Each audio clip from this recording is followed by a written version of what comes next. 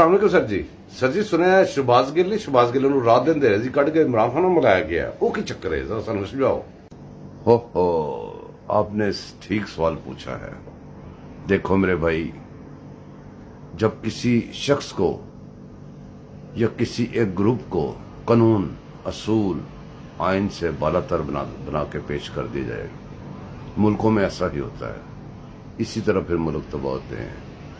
देखो कुछ लोगों के पास माजी में आपने देखा छोटा सा इल्जाम लगा के उनके कितने कितने दिनों के रिमांड होते थे।